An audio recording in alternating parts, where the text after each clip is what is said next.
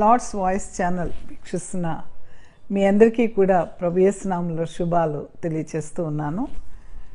ఈ అక్టోబర్ నెల 5 ఆదివారాలు రావటం చాలా సంతోషం. ఈ అక్టోబర్ నెల 31వ తారీఖుకి చారిత్రాత్మకమైనటువంటి ప్రాధాన్యత ఎంతో ఉంది. క్రైస్తవ వాంగ్మయంలో బైబిల్ని సామాన్య మానవునికి అందుబాటులోకి తీసుకొచ్చిన మహాయోధుడు, మహాగణుడు, వేదాంత విద్యను అభ్యసించిన డాక్టర్ మార్టిన్ లూథర్ గారి యొక్క ఆనాటి రోమన్ క్యాథలిక్ మిషన్ చేసినటువంటి నాటి దురాచారాలన్నిటి మీద కూడా తిరుగుబావుట ఎగరవేసి నీతిమంతుడు విశ్వాస మూలమున జీవించును అనే సత్యాన్ని బయటకు తీసుకువచ్చినటువంటి మహాగణుని గురించి ప్రపంచం యావత్తు కూడా ఈనాడు ఆయన్ని సంస్మరిస్తూ ఉన్నారు. ఆయన సేవలను గుర్తుచేసుకొని ఆయన స్ఫూర్తిని తీసుకొని అనేక మంది తిరిగి దేవుని యొక్క వాక్యాన్ని సామాన్య మానవునికి అందుబాటులోకి తీసుకురావడానికి ప్రయత్నాలు చేస్తూ ఉన్నారు. అక్టోబర్ 31వ తారీఖు 1517లో జరిగినటువంటి గొప్ప ఉద్యమం అంటారు, దాన్ని రిఫార్మేషన్ మూవ్మెంట్ అంటారు. మతోద్ధరణ సంబంధించిన ఉద్యమము ఆనాడు విట్టెన్బర్గ్, జర్మనీలోని విట్టెన్బర్గ్ దేవాలయాన్ని తలుపుల మీద 95 సిద్ధాంతాలు ఆయన రాసి మేకులతో కొట్టి నవంబర్ 1వ తారీఖున ఆల్ సెయింట్స్ డే రోజు అందరూ ఆ యొక్క దేవాలయానికి వచ్చి చదువుకుంటారని ఆయన ఈ యొక్క ప్రకటన చేసినటువంటి, తీర్మానం చేసినటువంటి మహాదినము అక్టోబర్ 31. కనుక నేటికి యావత్ క్రైస్తవ సంఘాలు కూడా ఆ మహాఘనుని గుర్తు చేసుకుంటూ ఈ మతోద్ధరణ దినం ద్వారా మనం ఎంతవరకు ముందుకు వెళ్ళాము, ఇంకా మనం చేయవలసిన ఈ యొక్క సిద్ధాంతాన్ని లేదా సింహావలోకనం చేసుకోవడానికి ఇది ఒక మంచి అవకాశం దేవుడిచ్చాడు. వాక్యం చెప్పే ముందు ప్రార్థన చేసుకుందాం. స్తోత్రం ప్రభువా, పరిశుద్ధుడా, ఘనమైన తండ్రి, లార్డ్స్ వాయిస్ ఛానల్ ద్వారా వీక్షిస్తున్న మా ప్రియులందరినీ బట్టి మీకు స్తుతులు స్తోత్రాలు చెల్లిస్తూ ఉన్నాం. ప్రభువా, ఆనాడు సంఖ్యలలో మూతవేయబడినటువంటి బైబిల్ను ప్రభు మా అందరికీ అందుబాటులోకి తీసుకొచ్చిన మహాగణుడు, నీతిమంతుడైనటువంటి డాక్టర్ మార్టిన్ లూథర్ గారు చేసిన మత సంస్కరణ ఉద్యమం ద్వారా ప్రభువా నీతిమంతుడు విశ్వాస మూలమున జీవించునని మీరు ఆయన గుర్తు చేసిన విధానం బట్టి మీకు స్తుతులు చెల్లిస్తూ ప్రభువా అటువంటి గొప్ప కార్యమును చేపట్టినటువంటి మా యొక్క సంఘాల్లో మరలా తిరిగి ప్రభువా ఎక్కడైతే మేము పడిపోతున్నామో, ఎక్కడైతే పతనమైపోతున్నామో ఆయా పరిస్థితులన్నీ సరిచేసుకొని సంస్కరించుకొని ప్రభు నీ వైపు చూడడానికి అనేకులకు నీ యొక్క సన్నిధిని నేను వారికి దగ్గరికి తీసుకురావడానికి ప్రయత్నం చేయుచుండగా నీ కృపను మెండుగా కుమ్మరించండి.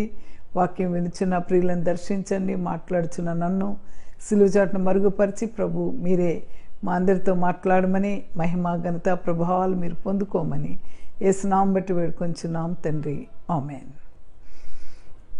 జస్టిఫికేషన్ బై ఫెయిత్ అనేటువంటి నీతిమంతుడు విశ్వాస మూలమున జీవించును అనే మాట ఎందుకు వచ్చింది అని అంటే కనుక it is a watchword of the reformation movement. Justification by faith అనేది చాలా ఇంపార్టెంట్ వర్డ్. ఈరోజు కూడా ఇది లేకపోతే మనందరం కూడా ఒక రక్షణ నిశ్చయతను పొందుకోలేని పరిస్థితి కనబడుతూ ఉంది. అపోస్తలుడైన పౌలు గారు కొరింథీ సంఘానికి కానీ, గలతీ సంఘానికి కానీ, థెసలోనిక సంఘానికి కానీ, మరి ఎఫెసీ సంఘానికి కానీ అనేకమైన లేఖలు ఆయన రాసినప్పుడు ఆ లేఖలు మొట్టమొదటిసారిగా గలతీ సంఘానికి ఆయన రాసినట్టుగా గమనిస్తాము. ఆ గలతీ సంఘానికి రాసినప్పుడు అక్కడ 2వ అధ్యాయము 15-16 వచనాలు కనుక మనం గమనించినట్టయితే నీతిమంతుడు విశ్వాస మూలమున జీవించును అని అపోస్తలుడైనటువంటి పౌలు గారు చెప్పడం ద్వారా ఒక పరలోకము అనేది అంటే విశ్వాసము ద్వారా మనిషి నీతిమంతునిగా ఎలా తీర్చబడతాడన్నది మనం గమనిస్తాం. అయితే యోబు 9వ అధ్యాయం 2వ వచనంలో చూసినట్టయితే ఒక నరుడు దేవుని దృష్టికి ఏ విధముగా నీతిమంతుడు కాగలడు అని ఆయన ఒక ప్రశ్న వేస్తాడు. నిజమే, ఈ లోకంలో మనందరం కూడా జన్మతః పాపులము.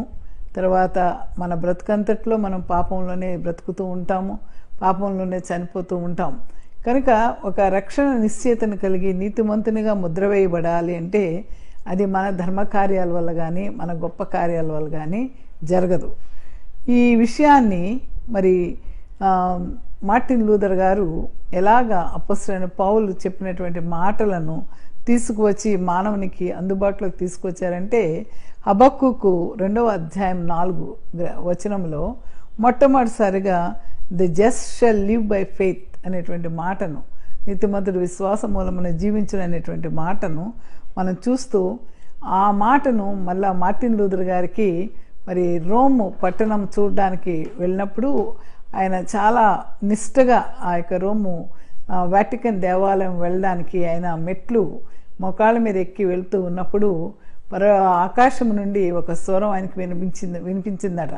ఏంటంటే, ఈ ఆచారాలు వీటి వల్ల కాదు నువ్వు నీతిమంతుడు అవ్వలేవు, కేవలము విశ్వాసం మూలంగానే నువ్వు నీతిమంతుడిగా జీవిస్తావు అనేటువంటి మాట ఆయనకి వినబడిన తర్వాత ఆయన బైబిల్ గ్రంథాన్ని, ఆ సంఖ్యలో ఉన్న బైబిల్ని తీసుకొని ఆయన పఠించి ఆ సత్యాన్ని మనకి అందచేసినట్టుగా గమనిస్తాం. అపోస్తలుడైన పౌలు ఈ విషయాన్ని జస్టిఫికేషన్ బై ఫెయిత్ అనే మాటను రోమీలకు రాసిన పత్రిక 1వ అధ్యాయము 17వ వచనంలో, గలతీ పత్రిక 3వ అధ్యాయం 11వ వచనంలో, హెబ్రీయులకు రాసిన పత్రిక 11వ అధ్యాయము మరి 38వ వచనంలో రాసినట్టుగా మనం గమనిస్తూ ఉన్నాం. కనుక అసలు జస్టిఫికేషన్ అనేది ఎలా వస్తుంది? ఒక వ్యక్తి మరి మనం జన్మతః మరి నా తల్లి నన్ను పాపంలోనే గర్భంలో ధరించింది అని చెప్పి దావీదు కీర్తనకారుడు తన యొక్క 51వ దావీదు కీర్తన అని చెప్తాడు. కనుక మనం పుట్టుకతోనే పాపం చేసిన వాళ్ళం కనుక మనం ఎలా నీతిమంతులంగా తీర్చబడతాము అనే మాటను కనుక గమనించినట్టయితే, what do you mean by justification? Justification అంటే ఏమిటి అని కనుక ఆలోచించినట్టయితే, ఈ మాట అసలు జస్టిఫికేషన్ అనేటువంటి మాట ఎక్కడి నుంచి వచ్చింది అని కనుక ఆలోచించినట్టయితే, లాటిన్ భాషలో ఈ జస్టిఫికేషన్ అనే మాట జస్టిఫికర్ అనేటువంటి దాని నుంచి జస్టిస్ అనే వర్డ్ నుంచి వచ్చిందని చెప్తారు. జస్టిస్ అనే వర్డు రోమిల యొక్క న్యాయపరమైనటువంటి శాస్త్రం నుంచి వచ్చింది ఈ మాట. అంటే ఆ లాటిన్ తండ్రులు ఏం చెప్తారంటే, వాళ్ళు అర్థం చేసుకుంది ఏంటంటే, ఒక వ్యక్తి నీతిని కలిగి ఉండాలంటే గనక సంఘంలోని సంస్కారాలన్నింటినీ కూడా జరిగించుట ద్వారా దేవుడు అనీతిమంతులను నీతిమంతులుగా తీరుస్తాడు అని వారు చెప్పారు.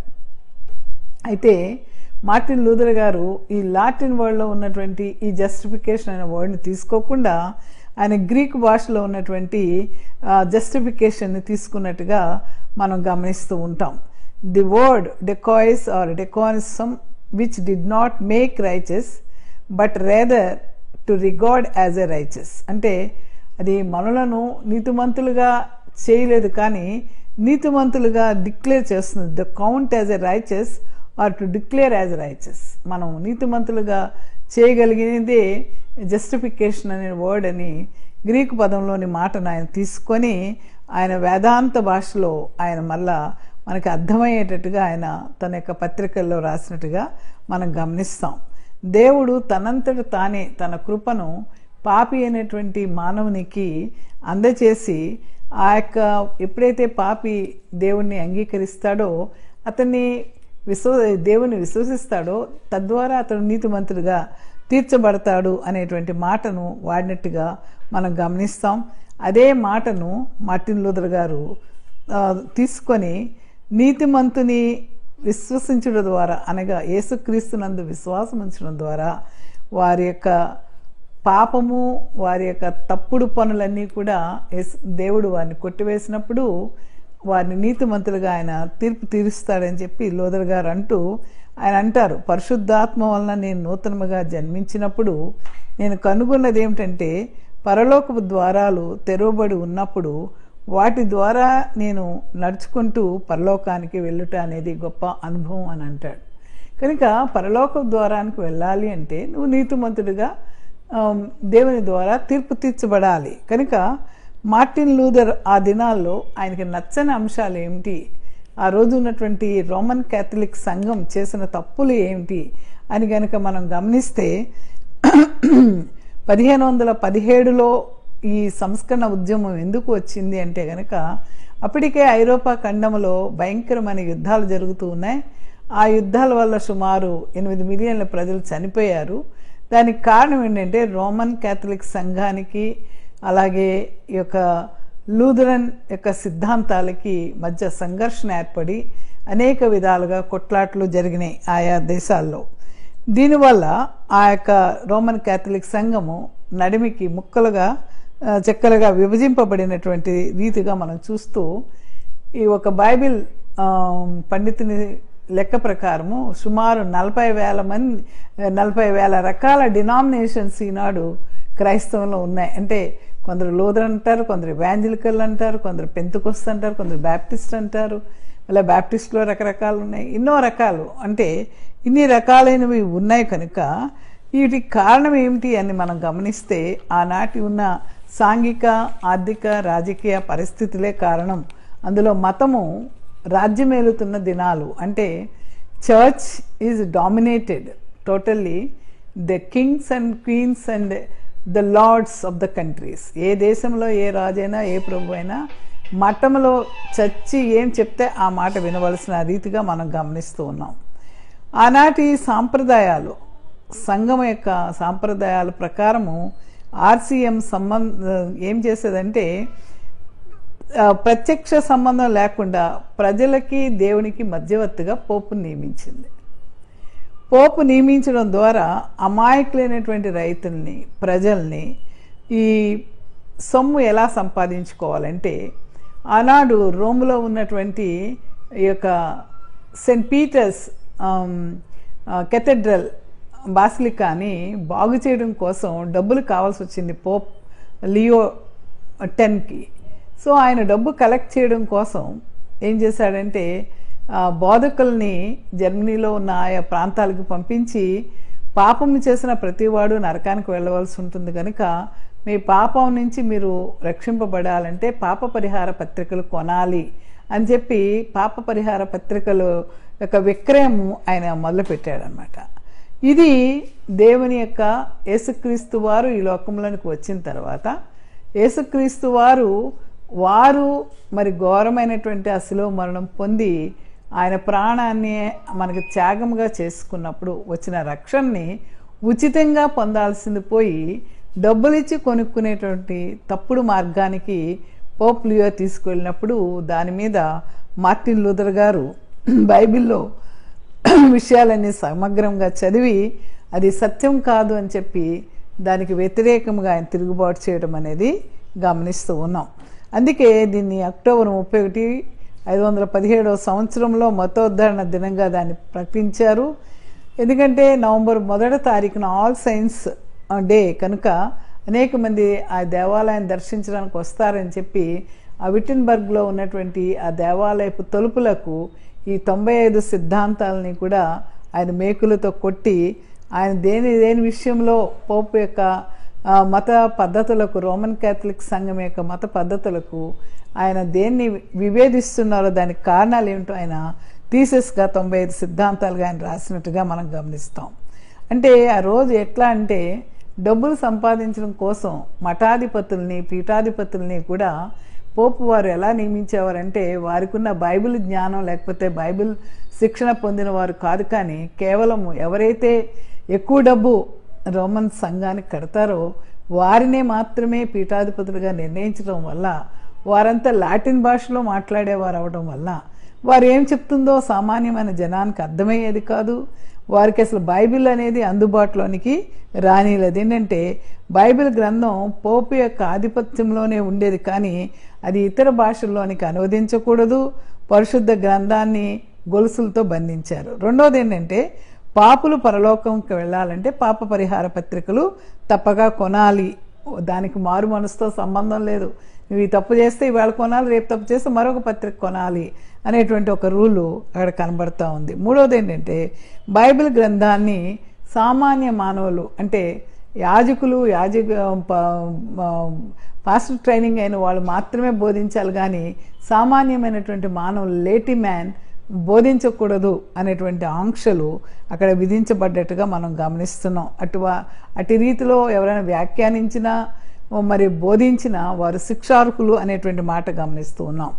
మనుషులకు దేవునికి మధ్యవర్తి పోపుగారే కానీ మరి ఇంకెవరూ కాదు అనేది యొక్క ఆర్సీఎం సిద్ధాంతం. ఇప్పటికీ మనం గమనిస్తాం, ఆర్సీఎంలో తప్పులు ఎవరైనా చేస్తే వెళ్ళి పోపు గారి చెవిలో అక్కడ చెప్తారు, వెళ్ళి పీఠాధిపతి చెవిలో చెప్తారు, నేను తప్పు చేశానంటే అయితే ఈ పనిష్మెంట్ ఉంది, దీనికి ఇంత నువ్వు పెనాల్టీ కట్టాలని చెప్పి ఇప్పటికీ ఫైన్లు విధిస్తూ ఉంటారు. కనుక దేవుడు అలా చెప్పలేదు.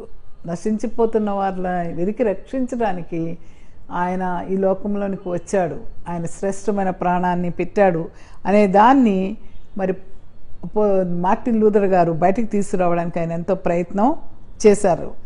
They preach man who say that so soon at the penny jingles in to the money box the soul flies out of the purgatory. రెండవ సిద్ధాంతం ఏంటంటే, ఒకటి ఇంటెలిజెన్సెస్ పాప పరిహార పత్రికలు, రెండవది మనమే కాదు మన పితరులు ఎవరైనా చనిపోతే వారి ఆత్మలు పర్గెటరీలో నరకంలో చాలా భయంకరమైన యాతన పడుతూ ఉంటారు. కనుక ఆత్మలను రక్షించడం కోసం ఇక్కడ పెట్టిన ఒక బాక్స్లో మీరు కాయిన్ వేసినప్పుడు ఆ నరకంలో ఉన్న ఆత్మ పరలోకానికి జంప్ చేస్తుంది అని చెప్పి ఆ రోజు పోప్ చేసినటువంటి పర్గెటరీ అనేటువంటి ఈ యొక్క సిద్ధాంతాన్ని కూడా పోప్ మీద మార్టిన్ లూథర్ గారు తిరిగి సమాధానం చెప్పడం అనేది జరిగింది.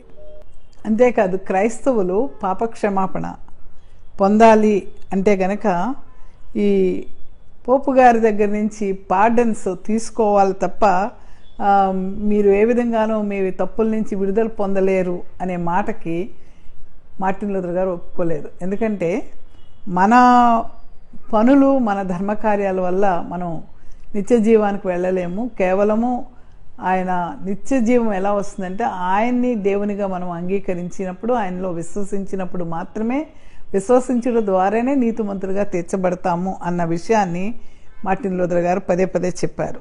అంతేకాదు ఆ దినాల్లో జాన్ గుటెన్బర్గ్ అచ్చు యంత్రం కనుగోవడం ద్వారా లోకల్ లాంగ్వేజ్లో, జర్మన్ లాంగ్వేజ్లో బైబిల్ గ్రంథం, బైబిల్ యొక్క పత్రికలు విస్తారంగా అనువదించబడటం, మార్టిన్ గారి ప్రసంగాలు అనువదించబడటం, ఈ 95 సిద్ధాంతాలు అన్ని ప్రాంతానికి వెళ్ళేటప్పటికీ సామాన్య మానవులు కూడా ఈ పోపు అధికారం కింద జరుగుతున్న తప్పులన్నీ కూడా గ్రహించడానికి అవకాశం ఏర్పడి మరి ఎంతో వివాదాలు ఏర్పడినటువంటి పరిస్థితులు మనకు కనబడుతూ ఉన్నాయి.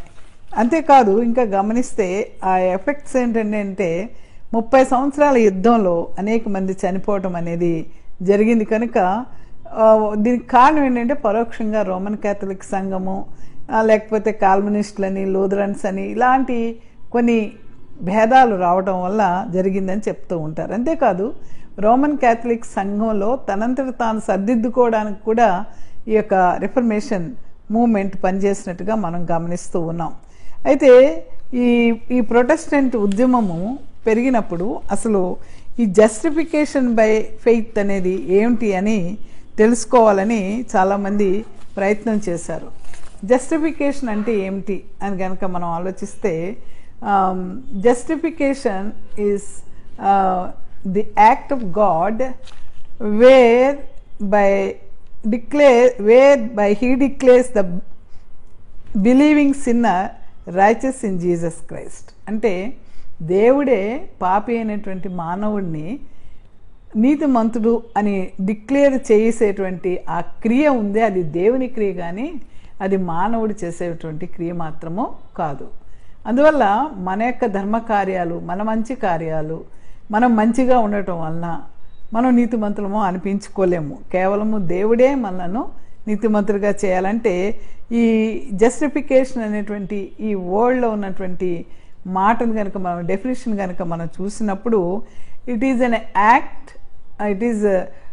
Act and not a process. ఇది ఒక క్రియ, ఒక కార్యక్రమం కాదు, అది యాక్ట్ లాంటిది, దేవుడు చేయాల్సినటువంటి చర్య తప్ప మన యొక్క నిరంతరము మనం చేసుకునేటువంటి పని మాత్రము కాదు అని చెప్పాడు. అంటే విశ్వాసం ద్వారా ఒక క్రైస్తవుడు మరొక క్రైస్తవుడిని నీతిమంతునిగా చేయజాలడు. కానీ నీతిమత్వం కలిగి ఉండటం అంటే రోమిలకు రాసినటువంటి పత్రిక అపోస్తలుడైన పౌలు 1వ అధ్యాయం 17వ వచనం కనుక చేసినట్టయితే, నీతిమంతుడు విశ్వాస మూలమున జీవించునని వ్రాయబడిన ప్రకారము విశ్వాస మూలముగా అంతకంతకు విశ్వాసము కలుగునట్లు దేవుని నీతి దాని యందు బయలుపరచబడుచున్నది.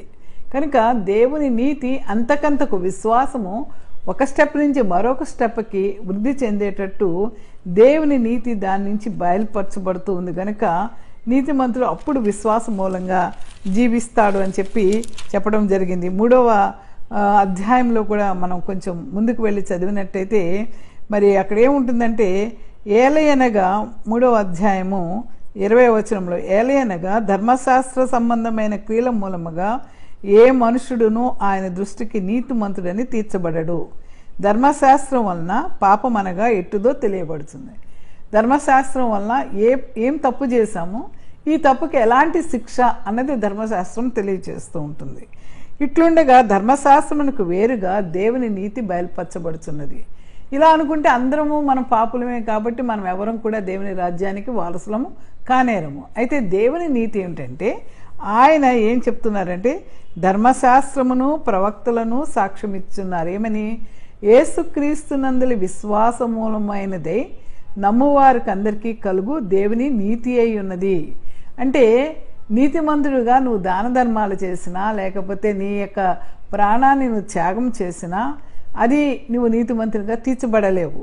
కానీ యేసుక్రీస్తునందు విశ్వాస మూలమైనదే నమ్మువారందరికీ కలుగు దేవుని నీతి అయి ఉన్నది అంటూ, ఏ భేదమును లేదు. పాపము చేసి అందరూ దేవుడు అనుగ్రహించి మహిమను పొందలేకపోతూ ఉన్నారు. కాబట్టి నమ్మువారు ఆయన కృపచేతనే క్రీస్తు యేసునందలి విమోచనము ద్వారా ఉచితముగా నీతిమంతులని తీర్చబడుచున్నారు. కనుక నమ్మేవారు యేసుక్రీస్తు వారిని నమ్మినప్పుడు, ఆయన యొక్క ప్రాణత్యాగాన్ని మనం నమ్మినప్పుడు, ఆయన రక్తంలో మనం కడగబడినప్పుడు మనం నీతిమంతులుగా తీర్చబడుచున్నాం. కనుక పూర్వము చేయబడిన పాపములను దేవుడు తన ఓరిమి వలన ఉపేక్షించినందున ఆయన తన నీతిని కనపరచవలని క్రీస్తు యేసు రక్తమునందలి విశ్వాసము ద్వారా ఆయనను కరుణాధారముగా బయలుపరచవలను.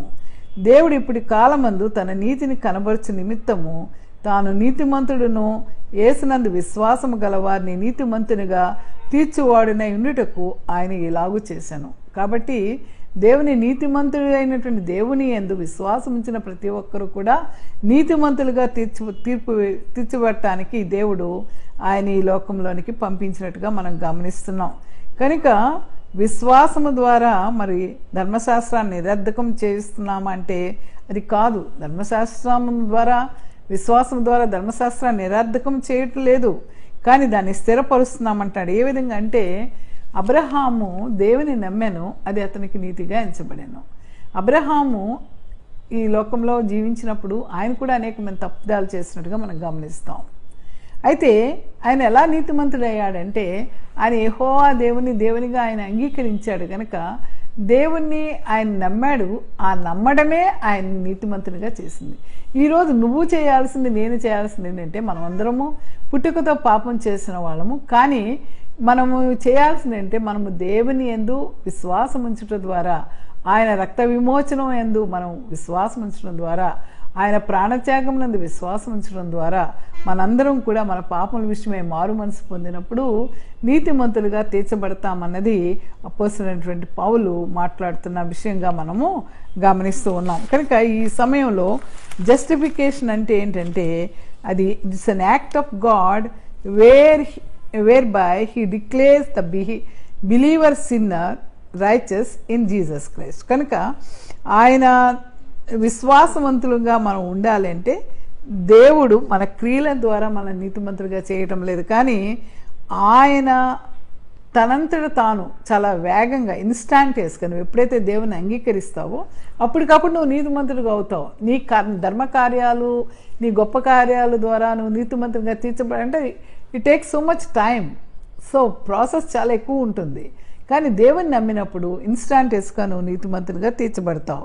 రెండవది ఏంటంటే, justification is an act of God. అది దేవుడు చేసే పని. It is not the result of man's character or works. అది మన యొక్క సౌశీల్యము, మన యొక్క మంచి బిహేవియర్ వల్ల మనం నీతిమంతులం కాదు. చాలామంది అంటారు నేను అప్రైట్ పర్సన్ని, నేను చాలా స్ట్రైట్గా ఉంటాను, కరెక్ట్గా మాట్లాడతాను, కరాఖండిగా పనిచేస్తాను అని స్వనీతి మీద మాట్లాడుకుంటారు. నేను చాలా నీతిమంతురాలని చెప్తారు. కానీ అది దేవుని దృష్టికి కాదు. ఎందుకంటే దేవుని దృష్టిలో ఎవరు నీతిమంతుడు అంటే మనము దేవుని యందు విశ్వాసం ఉంచడమే. మనం పాపులమని గ్రహించి, పుట్టుకతోనే పాపులమని గ్రహించి పాపం నుంచి విడుదల కోసము దేవుని యందు నమ్మిక ఉంచడం ద్వారానే మనం నీతిమంతులుగా తీర్చబడతాం. కానీ మన క్యారెక్టర్ ద్వారా కానీ మనం చేసే ఘనకార్యాల వల్ల కానీ మనము కేవలము నీతిమంతులుగా తీర్చబడము. కనుక ధర్మశాస్త్రం ఏమో పాపం అంటే ఏంటో చెప్తుంది, దేవుని ప్రేమ ఏం చెప్తుందంటే నువ్వు నీతిమంతుడు అవుతావు నా దగ్గరికి వచ్చినప్పుడే ఆయన చెప్తూ ఉన్నారు. మూడోది ఏంటంటే in justification God declares the believer sinner is righteous.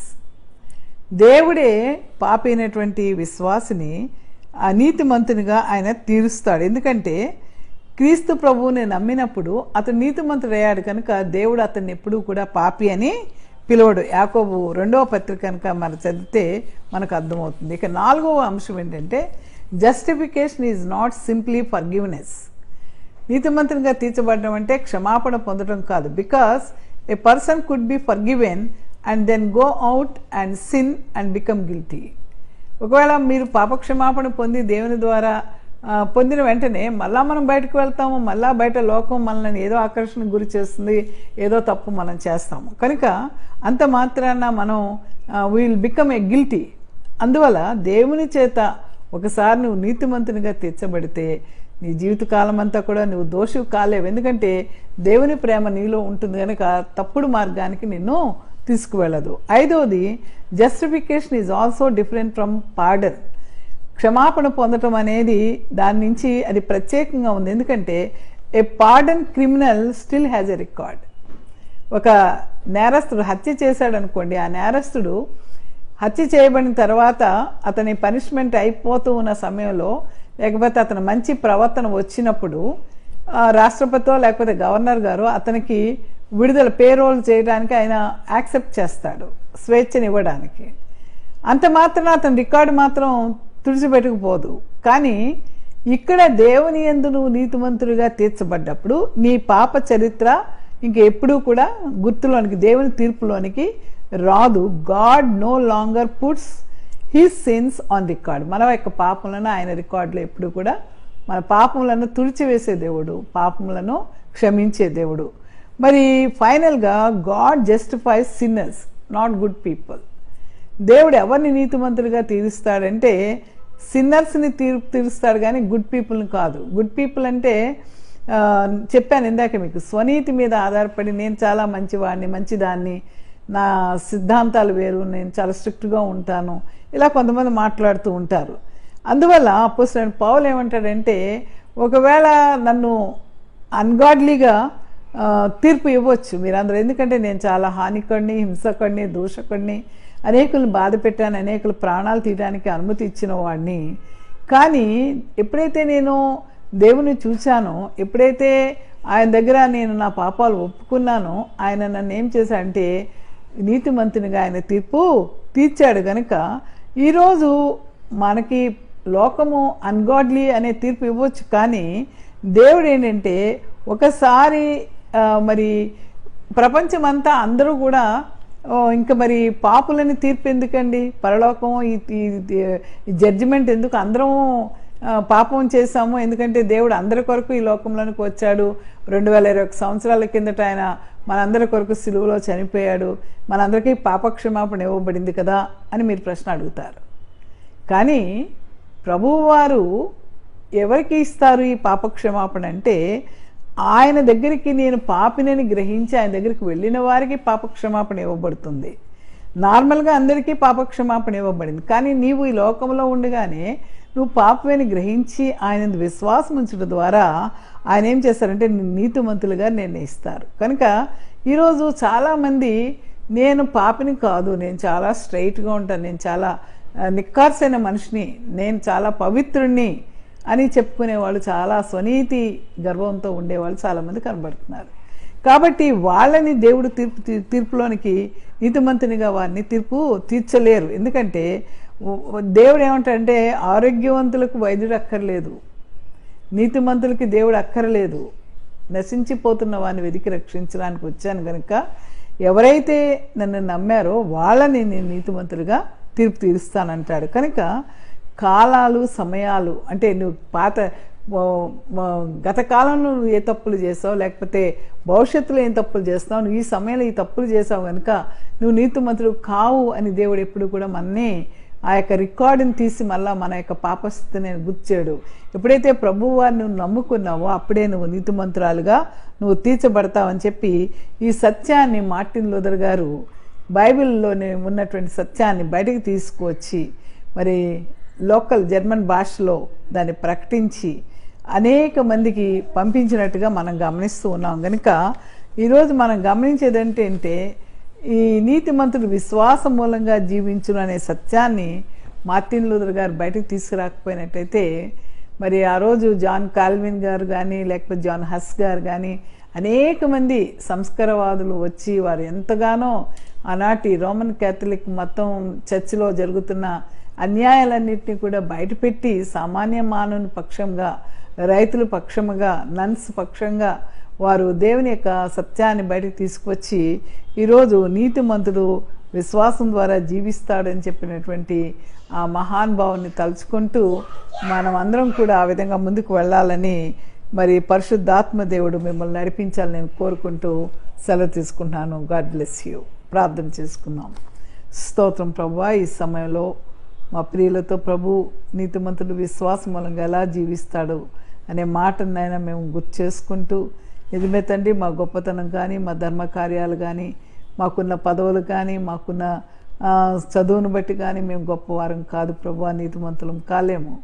మా యొక్క క్రియల వల్ల మేము నీతిమంతులం కాలేము. ఎప్పుడైతే మీరు మా కొరకు చనిపోయారో, మీ యొక్క రక్త ప్రోక్షణ మా కొరకు ఎప్పుడైతే చేశారో ప్రభు, అటువంటి గొప్ప దేవుణ్ణి ప్రభు మా పాప శాప నిమిత్తము మీరు శిక్షణ అనుభవించారో అట్టి దేవుని మేము నమ్మడం ద్వారా తండ్రి, మేము విశ్వసించడం ద్వారా మీరు మమ్మలను నీతిమంతులుగా తీర్పు తీర్చినందుకు మీ పాదములకు వందనములు చెల్లిస్తూ నాయన మార్టిన్ లూథర్ గారిని బట్టి ప్రభు ఇంకనూ ఈనాడు సంఘములో అదేవిధంగా డబ్బు కొరకునైనా, పదవుల కొరకునైనా, ఆ విధంగా మీ యొక్క సంఘము విలువ పెట్టుకొని ప్రాణం పెట్టుకున్న సంఘాన్ని పాడు చేస్తున్నటువంటి వారందరి యొక్క జీవితాలు మారు మనసు పొందాలని ప్రార్థిస్తూ వింటున్న మా ప్రియులందరినీ దీవించుమని యేసుక్రీస్తు నామాన్ని బట్టి మిక్కిలి వినయముగా బ్రతిమలాడి వేడుకొంచున్నాం తండ్రి. ఆమేన్. God bless you.